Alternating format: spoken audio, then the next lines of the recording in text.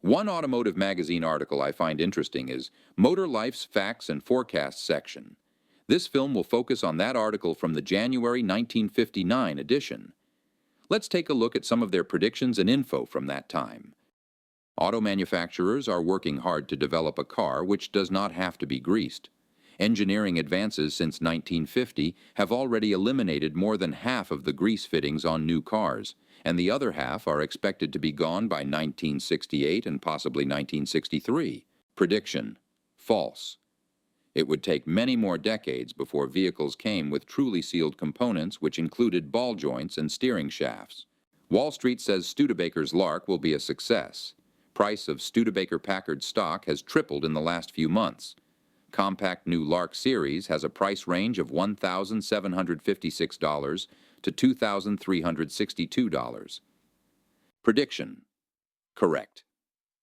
Studebaker was bankrupt and needed a home run, but Wall Street's information was right. Thanks to the Lark, which would save the company for a few more years, Studebaker's 1959 volume swelled to 160,000 cars and 10,000 trucks, allowing the company to break even for the first time since the merger with Packard in 1954. Studebaker-Packard made a profit of $28.5 million that year. After-tax net profits were the highest in Studebaker-Packard history.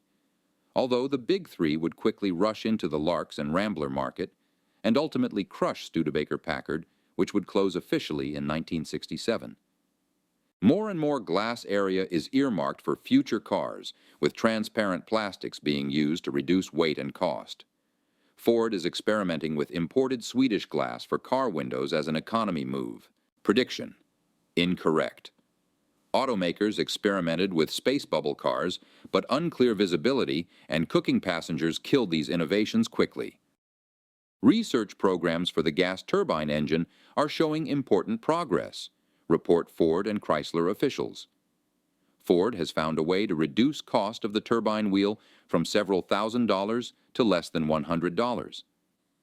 Chrysler is concentrating on the heat exchanger to reduce fuel consumption. Prediction: false. Turbine cars ran too hot, were far too expensive and complicated for practical purposes. Chrysler would crush most of the 50 turbine cars it built to avoid import tariffs, and Ford and GM would go no more than concepts with its Thunderbird and Firebirds. Steel cord tires are coming. Success in truck and bus fields has encouraged research on wire cord tires for passenger cars. Prediction: correct. Steel-belted tires would be introduced in 1967, sweep the tire industry, and are still going strong. GM is reported testing a full-size passenger sedan that will accelerate from 0 to 60 miles per hour in 7 seconds, with automatic transmission. This could be for 1961 production. Prediction: false. This prediction wouldn't come true until the 1969 Firebird Trans Am 400 came out. Ford Motor Company and its consolidated subsidiaries lost $16.2 million in the first 9 months of 1958.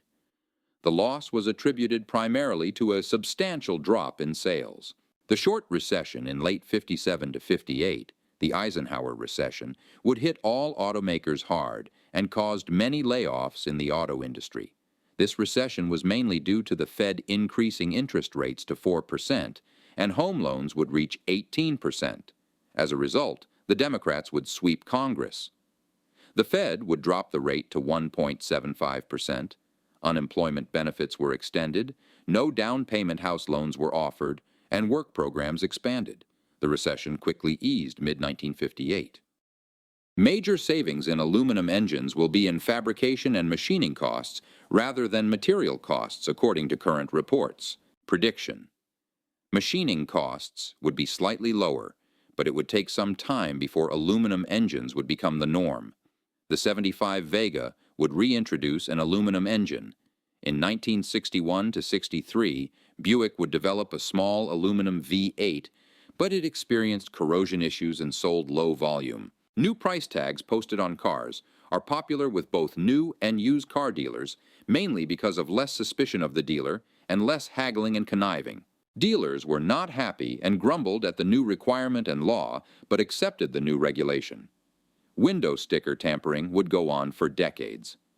Please check out my window sticker film from 1959 at the end of this video. An average of 40.6 miles per gallon of gas for a 6,100-mile round trip from California to New York was reported by a Glendale couple who drove a Fiat 600 sedan averaging a speed of 48.3 miles per hour. Small cars and gas mileage would certainly become the industry focus in 1961. Many foreign car makers would try to rush into the U.S. market with their small cars and increased gas mileage. Printed circuits for wiring of instrument panels will probably be more widespread in the future. Printed circuits are less apt to develop annoying shorts. Light colors still will dominate cars in 1959, and there will be more single-color cars, according to paint manufacturers. Motorists may charge auto service and parts at thousands of authorized dealers with the new worldwide American Express credit card as the result of an agreement with Chrysler, Ford, and GM. The custom four-door Suburban has become the first station wagon model to ever lead body-style sales in the entire Plymouth line, according to 1958 production figures. Prices charged by dealers for gasoline have increased not quite 12% since 1925, while taxes on a gallon of gas have gone up more than 300%. You may save money by burning premium gas. The California Research Corp says most miles per dollar are obtained with 97-octane fuel in normal driving with late-model cars. That is, if your car has a compression ratio that fully utilizes the available octanes, something around 9.5 to 1 or higher. Thanks for watching.